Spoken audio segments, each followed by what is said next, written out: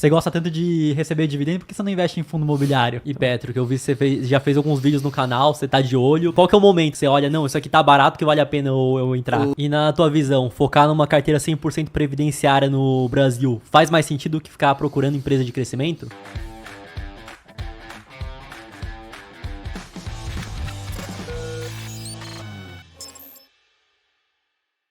Petro é engraçado, porque eu tô nessa mesma de Petro, qual tava em Vale há 1000 anos, né?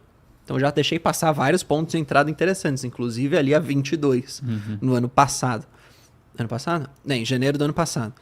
Falo, pô, não vou ter tal, porque eu não tenho tanta convicção. Será que o dividendo vai ser bom? Na verdade é o seguinte, hoje, valuation de Petrobras, não tem como argumentar, está barato, ponto número 1. Quem fala que tá caro é maluco. Minha visão é essa. Não tá caro. Tá barato. Acho que o cara que fala que tá caro é que ele quer ver as incertezas que podem ser muito catastróficas no final das contas. Então. Mas não na verdade pelas incertezas que é esse preço. é que está barato. Sim. Então, quem fala que hoje está caro, alguma coisa errada tá fazendo. Você pode falar, não está no meu preço atrativo para eu comprar. Mas em termos de valuation tá barato. Se eu olhar para múltiplo. Já esteve mais, mas ainda está. Agora, o que eu gosto de olhar? Eu fiz isso numa live ontem, inclusive. Eu falei, gente, eu tava olhando pra Petrobras com mais carinho, porque assim, eu tô fazendo todas as minhas projeções aqui e tá me dando um preço pra Petrobras de R$33. E hoje tá 35. 34, tava 34 um pouquinho. Será que realmente não vale? E isso é um cálculo assim, super conservador. Será que não vale eu comprar Petrobras hoje? Eu troquei ideia com o pessoal ontem sobre isso. Aí alguns falavam, cara, eu acho que é um aporte óbvio, eu tenho na carteira, vai me pagar 15% de dividendo. Um cara falou, inclusive, que Petrobras é 10% da carteira dele, mas 40% dos dividendos que ele recebe, a Petrobras estão pagando. Então ele falou, cara, você vai deixar isso de fora? E eu comecei a pensar. E aí um comentário foi assim, pô, mas você acha que esse governo, ele não vai prejudicar a Petrobras? Trocaram o presidente porque o governo não estava feliz com ele pagando dividendo, com ele... Eu falei, cara, olha que louco isso. Desde a entrada do Lula, ele falou contra os dividendos. Desde a entrada do Lula, ele falou que a Petrobras ia voltar a investir em refinaria. Desde a entrada do Lula, ele falou que não dava para seguir preço internacional de combustível. De lá para cá, praticamente, tudo isso foi feito. Pagou dividendo, ele não investiu em refinaria e, mais ou menos, ali o preço acabou seguindo um pouco do preço internacional.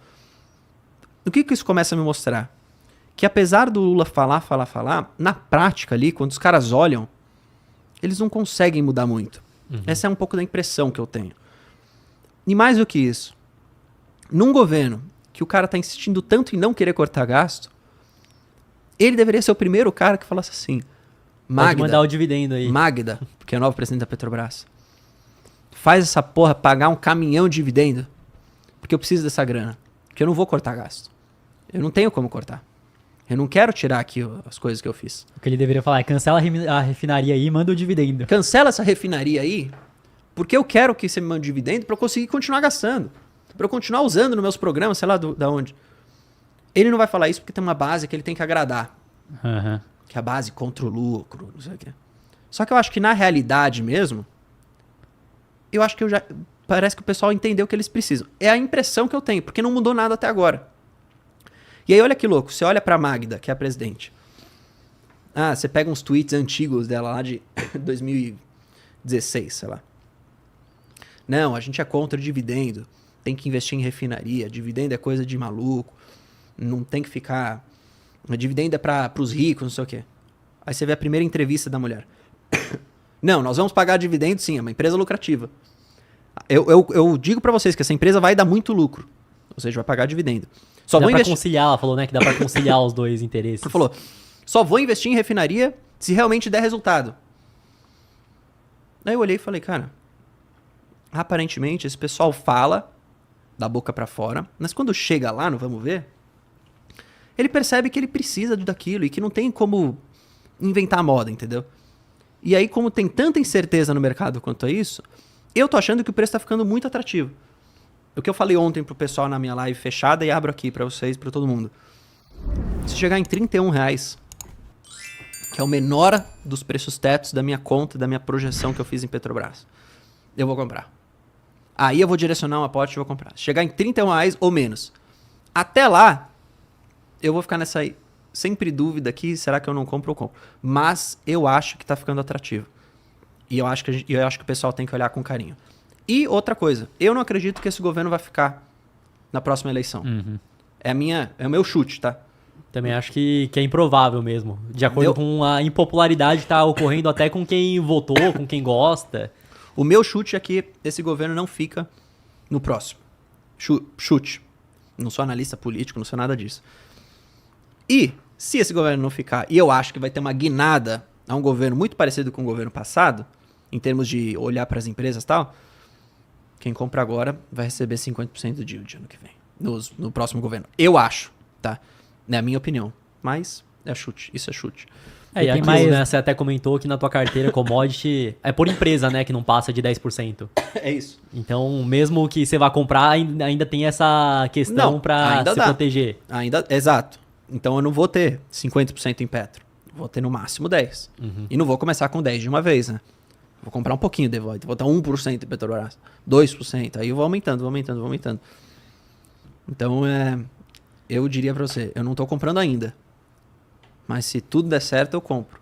É isso. E o que eu vejo finalmente, também né? É que querendo ou não, acho que, porra, por mais que o Estado venha com esse papo, não, que o dividendo é pra rico, que isso, que aquilo, eles não querem ter o mesmo fim que foi a catástrofe da Petrobras no governo Dilma. Eu também acho. Então, por mais que eles venham com esse papo, não, que vai ser assim, que eu não quero lucro, que eu não quero dividendo, que o dividendo é pros ricos, eles não vão querer deixar naquele patamar de novo.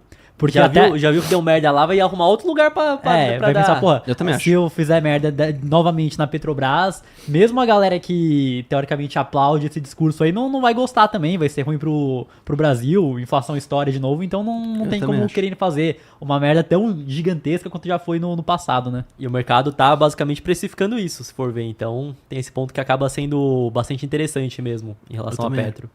E é aquilo no final das contas, né? O Lula vai lá, fala isso, não é pra dar lucro, vai pra reinvestir. Aí o pessoal que apoia ele vai lá, tudo bate palma, mas a realidade é que o povo tá vendo que não é essa, que não tá acontecendo isso. E a gente tá olhando pros resultados, os resultados não tão ruins. Os dividendos não acabaram. Inclusive tem uma política, às vezes o pessoal esquece isso. Foi aprovado recentemente uma política clara de distribuição de dividendo regular. No extraordinário é uma outra coisa. Mas a política clara de dividendo regular tá ali. A gente vai receber, não é que vai deixar de pagar. Talvez possa deixar de pagar ou pagar menos o extraordinário. O regular tá lá. Enquanto o resultado da companhia for bom, vai continuar sendo pago. E na tua visão, focar numa carteira 100% previdenciária no Brasil faz mais sentido do que ficar procurando empresa de crescimento? Eu sou suspeito para falar, mas eu acho que sim. Mas eu vou explicar porque o pessoal às vezes não entende o porquê que eu falo isso. Não é que não dá para você encontrar outras empresas boas no Brasil que não pagam dividendo.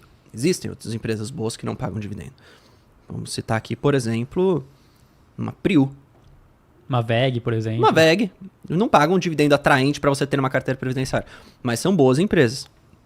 Agora, por que fugir do óbvio, sendo que o óbvio dá certo? E eu tenho essa máxima na minha cabeça, que é, eu vou aceitar o fato que dá certo aqui, e eu não vou ficar tentando argumentar contra um fato. Eu vou aceitar ele, e a partir desse fato eu vou fazer o que deve ser feito. Então aqui no Brasil, historicamente, o que a gente viveu? País de juros altos, país de muita incerteza política, país de inflação, entre aspas, descontrolada, que leva esse cenário macroeconômico caótico para crescimento, para empreendedorismo, vamos dizer assim. Não é à toa que a gente não tem empreendedores aqui, não tem tantas empresas de crescimento aqui. Então, as empresas de crescimento que entram no Brasil, elas sofrem muita dificuldade porque é um cenário macroeconômico muito desafiador, que é muito diferente dos outros países. Então, imagina uma empresa aqui extremamente alavancada hoje em dia no Brasil. Ou imagina hoje uma empresa no Brasil que está buscando crescer, ganhar market share, mas para isso ela precisa queimar caixa. Olha quanto custa hoje para ela conseguir se endividar, para ela conseguir pegar mais dinheiro. O mercado de capitais no Brasil às vezes não tem nem tanto espaço assim para ela ir atrás desse novo dinheiro. Então, quando a gente vê esse cenário no Brasil e eu vejo as empresas que estão dando certo por anos e anos, quais são essas empresas? De setores que a gente chama de perene, né? Então, que são aqueles setores necessários para a sociedade, e são empresas de maturidade super avançada. São empresas de anos e anos e anos de história. Então a gente pega grandes bancos, seguradoras, elétricas, empresas grandes ligadas a commodities, que é um pouco do carro-chefe do Brasil, empresas ligadas ao agronegócio também eu colocaria aqui. Então essas empresas, é óbvio que funciona. Normalmente são empresas menos alavancadas, que geram caixa, geram lucro, crescem em market share mesmo assim, mas não precisam depender de um cenário macro que não é desafiador para isso. Uhum. Enquanto um varejo pode até crescer. Mas, para crescer o cara precisa se endividar. Para crescer, às vezes ele precisa queimar caixa por não sei quantos meses. No cenário de hoje isso é impossível. Nem o mercado quer isso. Por quê? Porque é muita incerteza. Então hoje, no Brasil, como que eu montaria uma carteira? Aceitando o fato que o óbvio que funciona é banco, elétrica, seguradora, empresa ligada a commodity, grande empresa ligada a Vale, uma Petrobras da vida. Uhum. E deixaria a parte de crescimento para investir nos Estados Unidos. Até porque isso vai ajudar o cara a diversificar em dólar, não ter essa exposição real. E lá é um cenário, mesmo com os juros mais altos da história nos Estados Unidos, ainda é melhor do que aqui, você entendeu? Sim. Uma NVIDIA, aí você pega a Apple, você pega a Google, aí você vai nessas tendências de inteligência artificial, coisa de maluco, mas lá, e não aqui, entendeu? É assim que eu vejo, pelo menos. Bruno, mas aí você tá deixando de lado oportunidades em small caps no Brasil que podem multiplicar por 10 vezes seu capital. Beleza, tem empresa nos Estados Unidos que também pode multiplicar por 10 vezes meu capital. Aqui no Brasil eu não vou correr esse risco. Porque pode multiplicar 10 vezes, pode, mas pode nem sobreviver em algum momento. Enquanto o cujo oportunidade de eu não investir num Banco do Brasil hoje e investir numa empresa que não me gera lucro é muito alto, porque Banco do Brasil me dá só de dividendo 12% ao ano, isento de IR, mais uma possível valorização. E digo mais, ainda todas essas empresas de cenário maduro, de bancos, seguradoras, todas estão fazendo programa de recompra de ações hoje em dia. Mais um indicativo de que, até a empresa tá vendo que tá barato o negócio, entendeu? Até a empresa tá recomprando para depois, quiçá, até vir no mercado de novo e conseguir pegar mais grana ainda no mercado de alta. Então, se a empresa tá querendo recomprar, mostrando que tá barato, pagando dividendo, retornando para acionista, cuja oportunidade é muito grande você não tá nisso, entendeu? Sim. De você tá com seu dinheiro em outro lugar. Pelo menos é a minha visão. A minha visão é bem parecida, tanto que no Brasil eu e o Matheus nós investimos realmente em empresas de dividendo, setor perene, e para tomar, entre aspas, mais risco e buscar mais valorização é investir lá fora em cripto. E lá fora a gente nem faz com essa estratégia ainda, porque basicamente nosso investimento é só via ETF. Então para mim faz total sentido utilizar dessa estratégia aqui no Brasil, porque além disso, o Brasil acaba sendo um país de muito mais incerteza do que os Estados Unidos.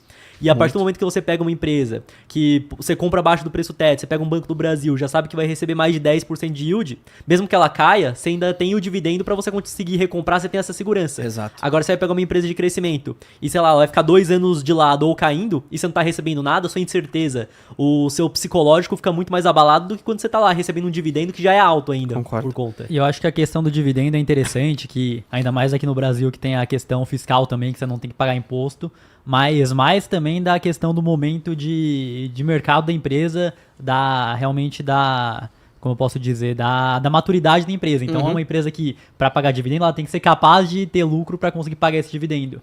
Então logo já é uma empresa que vai sofrer menos com essa questão de juro alto, de incerteza, do fiscal. Então acho que acaba sendo um ponto interessante. Tem gente que pensa, mas eu não preciso receber o dividendo agora. Mas não é pela questão de você precisar ou não do dividendo, e sim que o nível de maturidade dessa empresa já está em um patamar que a certeza que ela vai ter um lucro constante ao longo do tempo é muito maior do que uma empresa que depende de alavancagem, depende de taxa de juros, depende do macro estar funcionando para ela conseguir se desenvolver. Exato.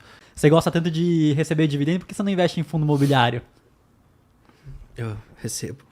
E dá sempre treta isso aí, porque no Luan também, no podcast dele, me pergunta, aí uma vez eu falei, eu e o Barça, nós não investimos no fundo imobiliário. E aí o pessoal ficou puto, falando que eu tava me comparando ao Barça, mas era uma zoeira, que o pessoal não entendeu. Mas enfim, eu não investi em fundo imobiliário. O cara que não entendeu é o cara que não tem uma interpretação básica. Né? Exato. Mas eu não invisto em fundo imobiliário pelo seguinte. Primeiro, cuja oportunidade. É o que faz sempre tomada de decisão. Se eu tivesse dinheiro infinito, ou muito mais dinheiro do que eu gostaria de ter, talvez eu até compraria um pouco de fundo imobiliário, só para efeito de diversificação. Acho que se você tivesse dinheiro infinito, você não ia nem investir, né? Que é infinito. Exato. Pra quê, né? É verdade. Aí poderia comprar o fundo imobiliário, então, que é infinito, aí compra. É verdade. Assim, mas se eu tivesse muita grana disponível, vamos usar falar. Tô com muita grana disponível. Não aguento mais comprar as ações. Acho que isso nunca aconteceria, mas vamos supor. Talvez eu até poderia pensar em comprar fundo imobiliário. mais é cuja oportunidade. Hoje eu tenho um dinheiro que é finito, que todo ele ainda me falta o que eu gostaria de aportar na minha carteira. Então eu estou direcionando para aquilo que eu já tenho para engordar minhas posições. Ponto número 1. Ah, mas você não vai ver uma oportunidade de fundo imobiliário? Não. Eu vou aceitar o que eu tenho e o momento do mercado não é de ver uma coisa nova. Então essa é a primeira coisa. 2. Eu acredito, e eu gosto de estar presente, isso é uma coisa meio de filosófica minha, assim, que eu gosto de ser sócio do negócio que está gerando valor para a sociedade. Não que o fundo imobiliário não gere valor, mas eu vou explicar. Eu estou lá investindo, vamos supor, uma outra empresa, na Amazon. A Amazon está gerando valor para a sociedade. Fazendo a logística, entregando os produtos, empregando as pessoas. E a Amazon vai alugar um galpão que pertence a uma gestora, que é um fundo imobiliário, e a Amazon vai pagar aluguel para esses caras. Só que, ao invés de eu estar no aluguel recebendo da Amazon, eu prefiro estar direto na Amazon. Filosofia minha, prefiro isso. Ah, mas isso não faz sentido. Beleza, se você acha que não faz sentido, o cara vai lá e compra fundo imobiliário. Eu acho que faz sentido essa forma que eu penso. Então eu prefiro estar direto nas empresas, os verdadeiros geradores de valor para o negócio. E também, o terceiro ponto, que também é super importante, eu acho que me falta vontade e conhecimento também em saber analisar bem um fundo imobiliário. Que, querendo ou não, é diferente de analisar uma empresa. Quando você analisa a Amazon, eu não sei se... Eu não fiz uma análise de Amazon, mas estou tentando só trazer o exemplo. Mas eu duvido que o analista da Amazon vá lá estudar o galpão X que a Amazon alugou em São Caetano. Você entendeu? Não vai fazer essa análise. Ele sabe que tem um galpão lá e que a logística está funcionando. Agora, para um fundo imobiliário, para eu conseguir entender, às vezes, aquela propriedade, às vezes eu gostaria, às vezes, de... Será que é uma região boa ou não? É caro ou não é caro, um metro quadrado? Você percebe que é um conhecimento que vai um pouco além do que eu estou acostumado a fazer com as empresas que eu tenho? Se está descontado ou não naquela área de acordo com os pares. Se está descontado ou não naquela área. Aí se aquele galpão é melhor ou pior do que um outro possível galpão que aquele fundo poderia ter investido. É um negócio a mais assim que eu não faço no meu dia a dia com as empresas que eu tenho na minha carteira e que se eu fosse adicionar esse tipo de análise, cara, é menos tempo para analisar o que eu já tenho. Então é assim que eu penso. E uma outra coisa. Fundo imobiliário me dá renda mensal. Ok, pode ser até uma justificativa do pessoal ter. Mas eu não tô nem aí para renda mensal. Eu olho para minha renda anual que eu recebo e eu provisiono ela ao longo dos meses. Eu sei que um mês vou receber e o outro que não vou receber. Então, no momento em que eu tiver me aposentado, eu vou ter feito esse cálculo e eu vou, no mês X, gastar metade, porque eu sei que no mês Y eu não vou receber nada. Então, isso para mim não faz sentido. O cara, por exemplo, eu vou viver 2023 com o que eu recebi em 2022. Aí já provisionou, já deixou na renda fixa e já resolveu a vida. Exato. Então, isso aí é só você fazer um mero estudo da sua própria finança. E outra. O fundo imobiliário tem uma crítica que é o seguinte. Até falam que isso não é verdade, mas ainda ninguém me convenceu disso. Para o fundo imobiliário crescer, ele é obrigado a ficar sempre chamando mais capital. Então, como ele distribui 95% da renda, se você quer pegar um novo fundo, um novo galpão, você chega para os cotistas e fala, me dá aqui mais dinheiro para eu comprar mais um galpão. A empresa não precisa fazer isso. A empresa pode falar, vou te pagar metade do lucro, metade eu vou usar para comprar um galpão novo, por exemplo, para aumentar minha operação. E eu acho que isso alinha interesses, assim. E o fundo imobiliário tem uma coisa que também aconteceu no passado, que é o cara pagar muito dividendo, só para pegar muita gente e depois ficar emitindo cota. Em cima do cara que tá pagando um preço mais caro. E é um conflito de interesse isso. Então por isso que eu não invisto.